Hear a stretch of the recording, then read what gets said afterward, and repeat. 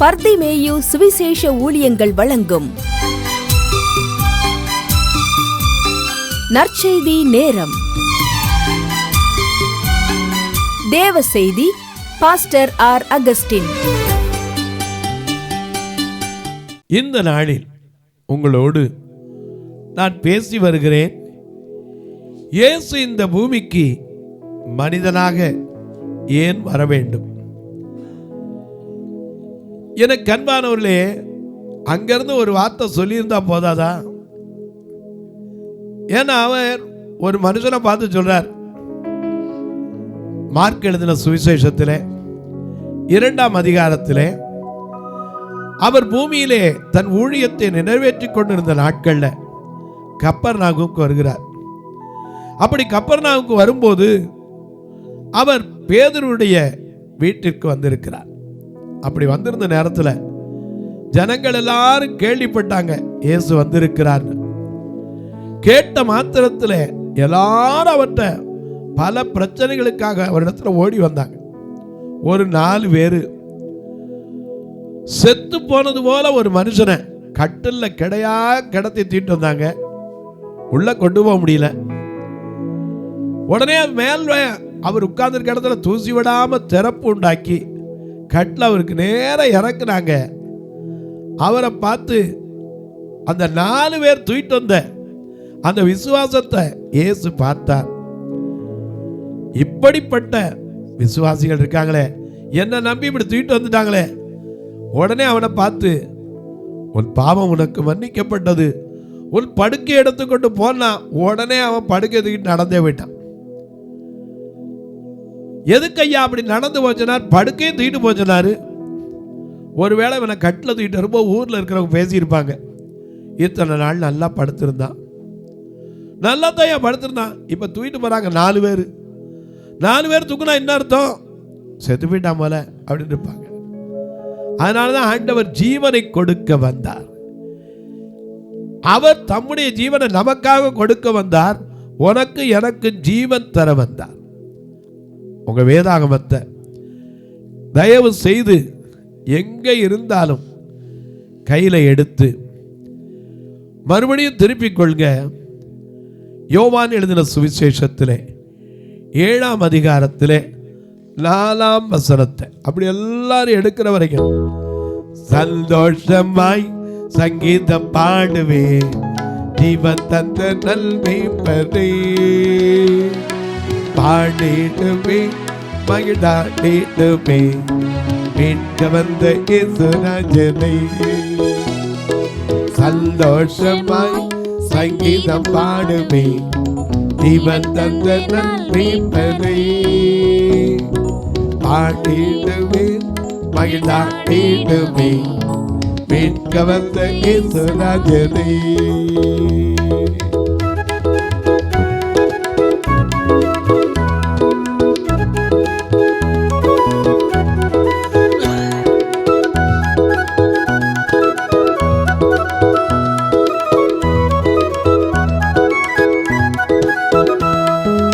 உன்னதத்திலும் பூலோகத்திலும், உன்னதத்திலும் பூலோகத்திலும் உன்னதத்தை போற்றிடுவோம். உன்னதத்திலும் பூலோகத்திலும் உன்னதத்தை போற்றிடுவோம்.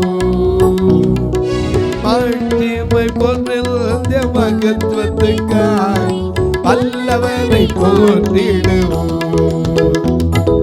வாழ்க்கைமை போன்ற மகத்துவத்துக்காய் வல்லவரை போற்றிடுவோம். சந்தோஷமாய் சங்கீதம் பாடுவே, ஜீவன் தந்த நல்மேய்ப்பரே, பாடிடுவே மகிழ்ந்தாடிடுவே, மீட்க வந்த இயேசுராஜனை.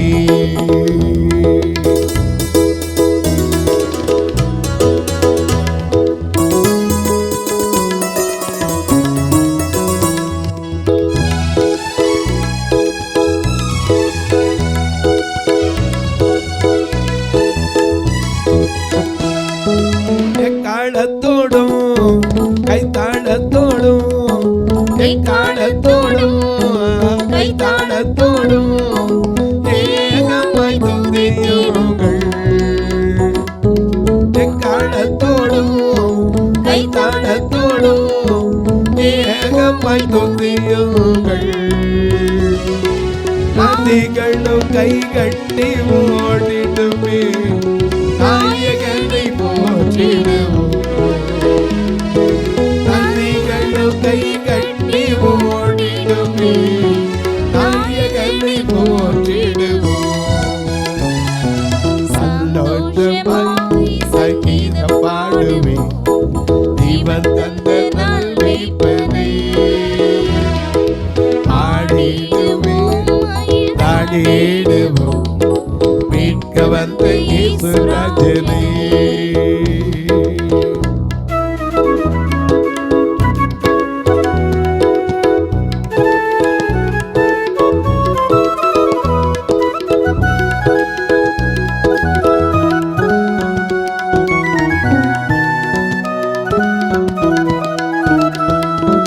உன்னதத்திலும் பூலோகத்திலும் உன்னதத்திலும் அகபூலோகத்திலும் உன்னதனை போற்றிடுவோம். மாட்சிமை பொருந்திய மகத்துவத்துக்காய் வல்லவரை போற்றிடுவோம். மாட்சிமை பொருந்திய மகத்துவத்துக்காய் வல்லவரை போற்றிடுவோம். சந்தோஷமாய் சங்கீதம் பாடுவே இவன் தந்த நல்மீட்பனே. ஆடிடுவே மகிழ்ந்தாடிடுவே மீட்க வந்த இயேசு ராஜனே.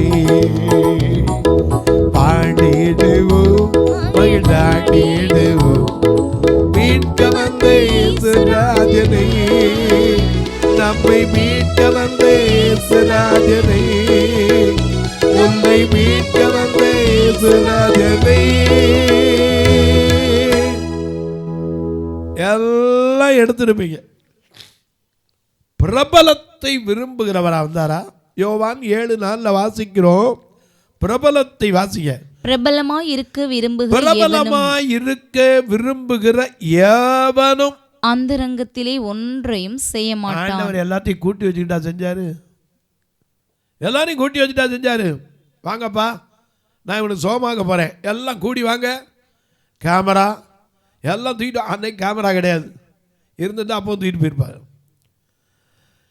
எல்லாரையும் கூப்பிட்டு வச்சுட்டா செஞ்சாரு. அவர் வாட்டில் பார்த்தாரு, சுகப்படுத்திட்டு இதை ஒருத்தருக்கும் சொல்லாத, ஒருத்தருக்கும் சொல்லாத. பிரபலத்தை விரும்பலைங்க. நாமளா இருந்தால் ஒன்று யோசிச்சு பாருங்க. யோவான் எழுதின சுவிசேஷத்தில் 5ஆம் அதிகாரத்தில் ஒரு குளம் இருந்துச்சு. அந்த குளத்துக்கு பேர் என்னது? பெதஸ்தா என்று சொல்லப்படுகிறது. இந்த பெதஸ்தா குளத்தில் 4 மண்டபங்கள் உண்டு. வாசிங்க, யோவான் எழுதின சுவிசேஷம் 5ஆம் அதிகாரத்தில் முதல் வசனத்தில், இவைகளுக்கு பின்பு யூதருடைய பண்டிகை ஒன்று வந்தது. அப்பொழுது இயேசு எருசலேமுக்கு போனார். அப்பொழுது அவர் எருசலேமுக்கு போனார். எபிரேய பாஷையிலே பெதஸ்தா எனப்பட்ட ஒரு குளம் எருசலேமில் ஆட்டுவாசலின் அருகே இருந்தது. அதற்கு 5 மண்டபங்கள், அதற்கு 4 இல்ல, நான் கூட தப்பா சொல்லிட்டேன், 5 மண்டபங்கள் இருந்தது. அவைகளிலே குருடர், சப்பானிகள், சோம்பின உறுப்புடையவர்கள், முதலான வியாதிக்காரர் அநேகர் படுத்திருப்பாங்க. தண்ணீர் எப்போது கலங்கும் என்று காத்து கொண்டிருப்பாங்க. ஆனா தண்ணீர் கலங்கிறத காத்திருக்கிறது முக்கியம் இல்ல. இயேசு தவனே வந்து சுகம் கொடுப்பதற்கு இந்த பூமிக்கு வந்தார். தண்ணீர் எப்ப கலங்கும் காத்திருப்பாங்க. எப்பவாவது ஒரு தேவதூதன் வருவான், திடீர்னு வந்து என்ன செய்வான்? தண்ணீரை கலக்குவான். அந்த தண்ணீர் கலங்கின பின்பு யார் முதல்ல சில சமயங்களிலே தேவதூதன் ஒருவன் அந்த குளத்தில் இறங்கி அந்த குளத்துல இறங்கி தண்ணீரை கலக்குவான். நம்ம கலக்குனா என்ன சொல்லுவோம்? கலங்காதப்பா, கலங்கலா இருக்கும்போ. நாம யாரு தெரியாது. கலங்கல்லப்பா நாங்கள் கலங்கல்லப்பா, கலங்கல்லப்பா நாங்கள் கலங்கல்லப்பா. கர்த்தர் நாமம் என் புகழிடமே, கருத்தோடு துதித்திடுவே. கர்த்தர் நாமம் என் புகழிடமே, கருத்தோடு துதித்திடுவே.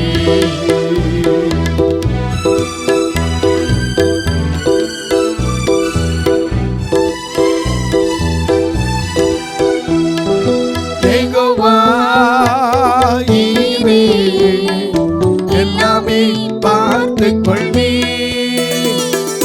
யெகோவா நீரே எல்லாமே பார்த்து கொள்வி. கலங்கல்லப்பா நாங்கள் கலங்கல்லப்பா, கலங்கல்லப்பா நாங்கள் கலங்கல்லப்பா.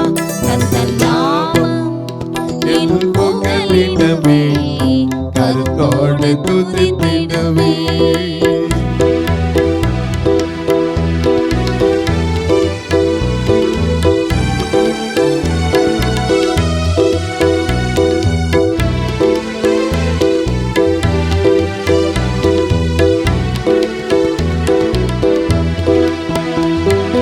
யெகோவா ரூபா எங்கள் நல்ல மேய்ப்பனே,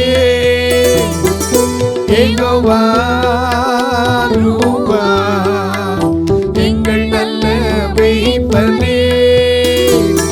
ஸ்தோத்திரமே அப்பா ஸ்தோத்திரமே, ஸ்தோத்திரமே அப்பா ஸ்தோத்திரமே. கர்த்தர் நாமம் என் புகழிடமே, கருத்தோடு துதித்திடுவே. கர்த்தர் நாமம் என் புகழிடமே, கருத்தோடு துதித்திடுவே.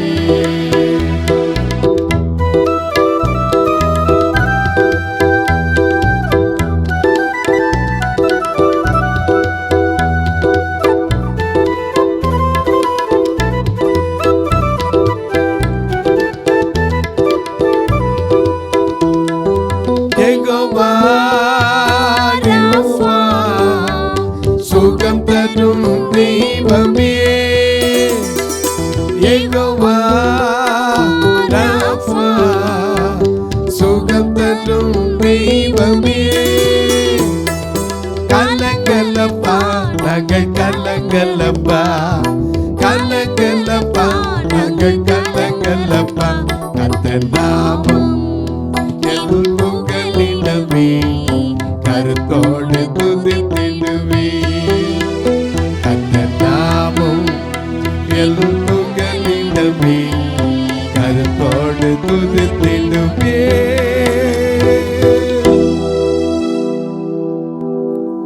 சுகந்தரும் தெய்வம்.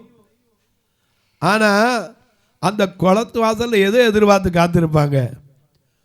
தேவதூதன் எப்பவாவது வந்து என்ன செய்வான்? குளத்துல இறங்கி கலக்கு கலக்குன்னு கலக்குவார். கலக்கின பிறகு தண்ணீர் நல்லா கலங்கின பின்னாடி, தண்ணீர் கலங்கின பின்பு யார் முந்தி அதில் இறங்குவானோ அவன் எப்பேற்பட்ட வியாதியா இருந்தாலும் சரி, தீராத வியாதி இனிமே வழியே கிடையாது, இனிமே தீர்க்க முடியாது, அவ்வளவுதான், சாகிற வரைக்கும் இப்படியே தான் இருக்கணும்னு சொல்லி இருக்கலாம். அவன் நேரம் அங்க வந்து படுத்துடும். அவன் யோகத்துக்கு ஒரு வேளை குளம் கலக்கப்படுச்சுன்னா அந்த நேரம் விழுந்தாலும் அவன் பொழைச்சிடுவான். இதனால எல்லாரும் நானும் பொழைச்சிட மாட்டான். மனுஷனுக்கு தான் வாழ்றதுக்கு ஆசை இருக்கேன். என்னைக்காவது வந்துட்டு போய் கேட்டு பாருங்க, எப்போ போதுமா இந்த வாழ்க்கை, அண்ணங்க வாழ்ந்திருக்கேன்.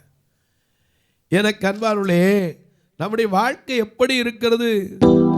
அத்திமரம் போல் எத்தனை பேர்கள் வாழ்கின்றார்கள், அழுத்தமில்லாமல் நஷ்டமில்லாமல் வாழ்கின்றார்கள்.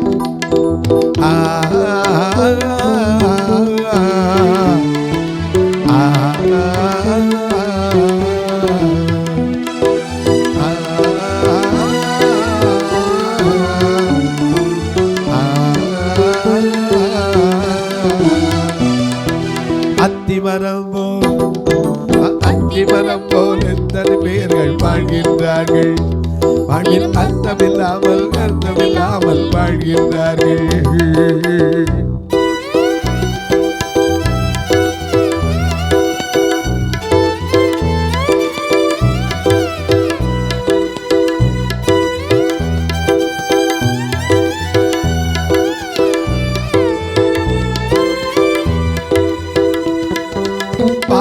பார்க்க அழகாயிருக்கும் அத்திமரம், ஆனால் கனியும் இல்லை இலையும் இல்லை மாற்றம்.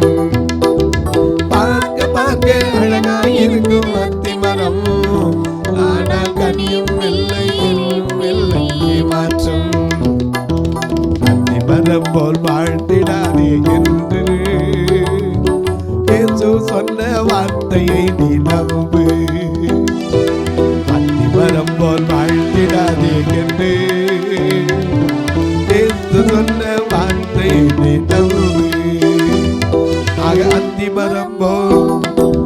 அத்திமரம் போல் எத்தனை பேர்கள் வாழ்கின்றார்கள். அர்த்தமில்லாமல் வாழ்கின்றார்கள்.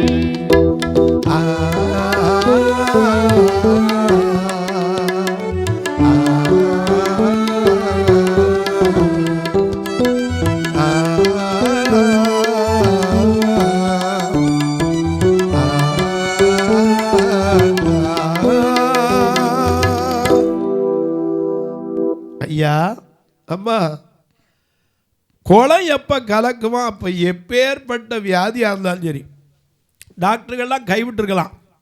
இனிமேல் ஒன்றும் செய்ய முடியாது. இர்ரிப்பேரபிள் ஆங்கிலத்தை சொல்கிறோம்ல, இன்னும் கொஞ்சம் விளங்குற மாதிரினா is it not possible to reconstruct. There is no medicine for it. இதுக்கு மருந்தே கிடையாது அப்படின்னா அங்கே வந்துடுவாங்க அந்த குளத்துக்கு. நம்மளும் அப்படி தானே, டாக்டர் கைவிட்ட பிறகு தானே டாக்டர்கிட்ட பெரிய டாக்டர்கிட்ட போகிறோம்.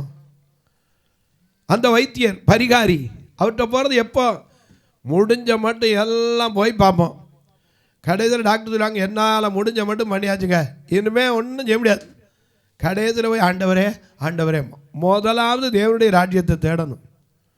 எனக்கு கண்பாருளே நல்ல கவனிங்க. அப்படி குளம் கலக்கப்படும் போது இறங்கணும். அப்படி இறங்கினால் அவன் எப்பேற்பட்ட வியாதியாக இருந்தாலும் சுகமாயிடுவான். ஒருத்தர் இருந்தான் 38 வருஷம் படுத்து கிடந்தான். ஏன்னா யாரும் அவன் கூட இருக்க மாட்டான். நம்மகிட்டே 1 மாதம் இருந்தால் எத்தனை பேர் இருப்பான்னு தெரியாது. 1 வருஷம் இருந்தால் எத்தனை பேர் கூட இருப்பான்னு தெரியாது. அதே 2 வருஷம் ஆச்சுன்னா ஆமாம் இது எப்பவும் உள்ளதானே, என்னைக்கு தீராது தானே அப்படின்னு முடிவு பண்ணிடும். 38 வருஷம் நான் நினச்சி பாருங்க, யாராவது கூட இருக்க முடியுமா? எத்தனை பேர் செத்து போனான்னு அதுக்குள்ளே தெரியாது. அவன் அப்படியே படுத்து கிடந்திருக்கான். அதே பெரிய கரு, சொல்லப்போனால் சாதனை தான் நான் சொல்லுவேன். 38 வருஷம் படுத்திருந்தவனை பார்த்து இயேசு தேடி வந்து சுகமாக்குறார். அவன்கிட்ட கேட்குறார், சுகம் பெற விரும்புகிறாயா? அவன் உடனே சொன்னான், நான் சுகமாகணும் அப்படின்னு நான் சொன்னான். இல்லை, யோவான் 5ஆம் அதிகாரம் 6-7 வசனத்தை பார்க்கலாம். படுத்திருந்த அவனை இயேசு கண்டு அவன் வெகு காலமாய் வியாதியாய் இருக்கிறான் என்று அறிந்து அவனை நோக்கி சொஸ்தமாக வேண்டும் என்று விரும்புகிறாயா? இன்னைக்கு இயேசு உன்னை சுகமாக்குவதற்குத்தான் வந்தார். என்னை சுகமாய் வைப்பதற்குத்தான் வந்தார். அதனால அவருக்கு ஒரு பேர் உண்டு. என்னது? சுகம் தரும் தெய்வம் யெகோவா ராபா உண்டு.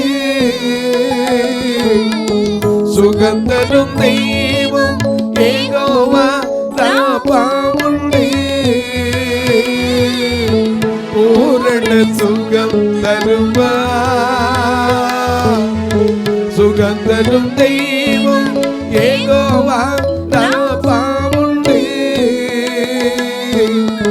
பூரண சுகம் தருவார்.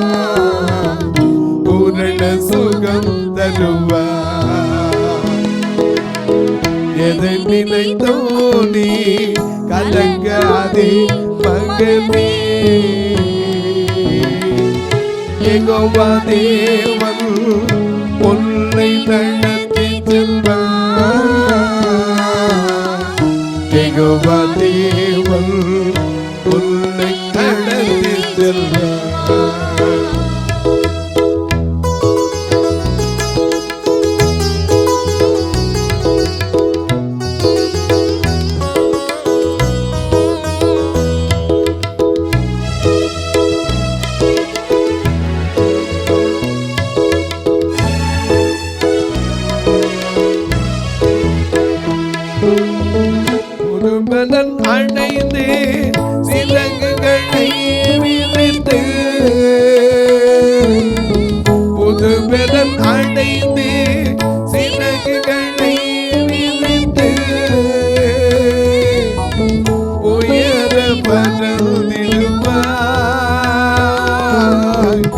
புதுவெள்ளம் அடைந்து சிறகுகளை விரித்து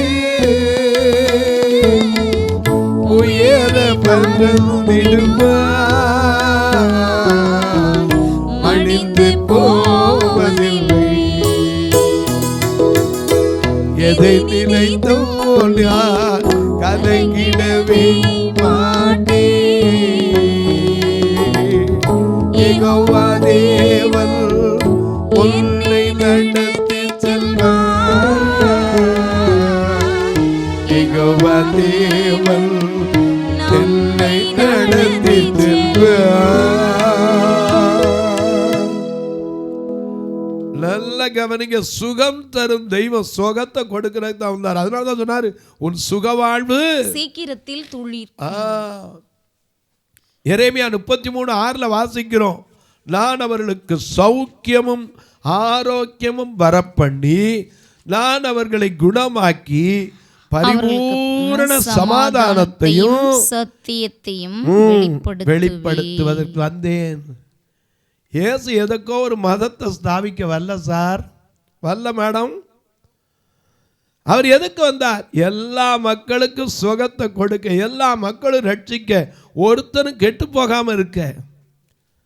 ஏதோ ஒரு பிரபலத்தை விரும்பி இங்கே வரலங்க. 38 வருஷம் படத்தை கொண்டு போய் கேட்குறாரு, நீ சுகம் பெற விரும்புகிறாயா?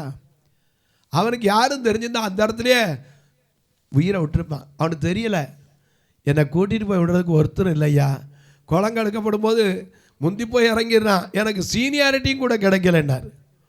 உடனே அவர் சொல்கிறாரு, உன் படுக்கை எடுத்துக்கிட்டு என்ன செய்ய, உன் வீட்டுக்கு போ அப்படின்னார். ஆனால் அவருக்கு யாரும் தெரியுமா? தன்னை 13ஆம் வசனத்தில் வாசிக்கிறோம், தன்னை சுத்தமாக்கப்பட்டவன் அவர் இன்னார் என்று அறியவில்லை. அறியாதவர்கள் அறிவதற்கு. தொலைக்காட்சியில் பார்க்கிற என் அன்பு மக்களே, இந்த நிகழ்ச்சியை நாள்தோறும் பார்க்குறீங்க, கேட்குறீங்க. சிலெல்லாம் சொல்கிறீங்க நல்லா பாடுறீங்கிறீங்க. பாட வைக்கிறது அவர் இல்லை. பாட்டுக்கு தலைவன் யார்? அவர் இல்லை. அவரில் நம்ம பாட சொல்லி கொடுக்குறாரு. பாட வைக்கிறது அவர், நமக்குள்ள வந்து பாடுறது அவர், பேச வைக்கிறது அவர், பேசுகிறது அவர். ஏதோ நம்ம ஒரு வயா மீடியா, அவ்வளோதான். எனக்கு அன்பானுடைய இந்த நிகழ்ச்சியை பார்க்குற நீங்கள் அப்படியே விட்டுறாமல் ஒரு வார்த்தை ஜெபம் பண்ணுங்க. இந்த நிகழ்ச்சி தொடர்ந்து வரணும். இதற்கான தேவைகள் சந்திக்கப்பட மாதம் 30 நாள் வரணும். இதற்கு செலவீனங்கள் உண்டு, ரெக்கார்டிங் உண்டு, தொலைக்காட்சி கட்டணும், அது ஜிஎஸ்டியோடு தான் கட்டணும். நீங்களும் ஜெபிங்க, கர்த்தர் அநேகரை எழுப்பணும். அது மட்டுமல்ல, இந்த ஊழியம் என்பது என்ன அப்படின்னு கேட்டிங்கன்னா, 2 கண்ணும் தெரியாத மக்கள் சபை. பாதியில் பாரு போனவங்க, இடையில பாரு போனவங்க, பிறவியிலேருந்தே பாரு போனவங்க, அவங்களுக்காக வைக்கப்பட்ட சபை, ஊனமுற்ற மக்களுக்காக. ஆனால் இன்றைக்கி அநேகர் மற்ற மக்களும் வந்து உட்கார்றாங்க. நான் தப்புன்னு சொல்ல மாட்டேன், ஆத்துமாக்கள் விலையேற பெற்றது. ஆனால் ஒருத்தரை கூட நான் சாப்பிடாமல் அனுப்புனதில்லை. உங்கள் பிறந்த நாள், திருமண நாள் போன்ற நல்ல நாட்களிலே கர்த்தர் உங்களை ஏமினால் நீங்களும் ஒரு நேரம் உணவு கொடுக்க உதவலாம். கணிதரி அவங்களுக்கு நடக்கிறதுக்கு ஒரு ஊன்றுகோல் கொடுக்க உதவலாம். ஏன் பார்வையற்ற சகோதரிகளுக்கு ஒரு கட்டடம் இருக்கிற கட்டிட்டு வரோம். இந்த கட்டுமான படியில் 1 சதுரடிக்கு உதவலாம். அது மட்டுமில்லை, இந்த கிறிஸ்மஸ் காலம், கிறிஸ்மஸ் நாளில் நல்ல ஆகாரம் கொடுங்க. எல்லா வீட்லேயும் பிரியாணி தான் வைப்பீங்க கிறிஸ்மஸ்னாலே. இவங்களுக்கு என்ன செய்யக்கூடாது? ஒரு லெமன் சோறோ ஒரு புளியோதரை சோறோ கொடுத்து அனுப்பக்கூடாது. நான் அவங்களுக்கு அதே போல் மகிழ்ச்சியை சொல்லணும், கொடுக்கணும். கர்த்தர் ஏவினால் நீங்களும் அந்த நாளிலே தாங்குவதற்கு கூட்டத்துக்கு நீங்கள் விடுவலாம். ஆனால் திரும்ப சொல்லுவேன், கட்டாயம் அல்ல, விசனமாய் அல்ல. எப்படி பிரதர்? இதில் 2 நம்பர் வரும். அதில் ஜிபே உண்டு, ஃபோன்பே உண்டு. ஒருவேளை ஐயா நான் முழு பொறுப்படுத்தா கணக்கு வைக்கிற வழி உண்டா? தாராளமாக வாங்க, சொல்கிறேன், இருக்குது. உங்கள் ஜபக்காரி எது இருந்தாலும் காலை 10லேருந்து 5 மணிக்குள்ளே, ஞாயிற்றுக்கிழமை தவிர. ஏன்னா ஞாயிற்றுக்கிழமை ஏன் சொல்லக்கூடாதுன்னு அன்றைக்கி ஆராதனையில் இருப்பேன். மற்ற நாட்களில் கூட்டத்தில் இருந்தால் நீங்களே தெரிஞ்சுக்கிறீங்க, ஓ எங்கே மீட்டிங்கில் இருக்காருன்னு. மற்றபடிக்கு நீங்கள் தாராளமாக அடிக்கலாம். இப்போ உங்களுக்காக ஜெபிக்கட்டுமா? நல்ல பிதாவே, நன்றியோடு துதிக்கிறோம் சுவாமி. இந்த மனமகிழ்ச்சியான நல்ல நாளிலே ஆண்டவருடைய வார்த்தையை கேட்பதற்கு இந்த இடத்துல ஒவ்வொருவரும் வந்திருக்கிறக்காய் ஸ்தோத்திரம். தொலைக்காட்சி முன்னாடி உட்கார்ந்து இந்த வார்த்தையை கேட்டுக்கொண்டிருக்கிற ஒவ்வொருவருக்கும் இயேசு இந்த பூமிக்கு ஏன் வந்தார்? உன்னை என்னை தேடித்தான் வந்தார். எதற்காக வந்தார்? உன் பாவத்தை என் பாவத்தை சுமந்து தீர்க்க வந்தார்.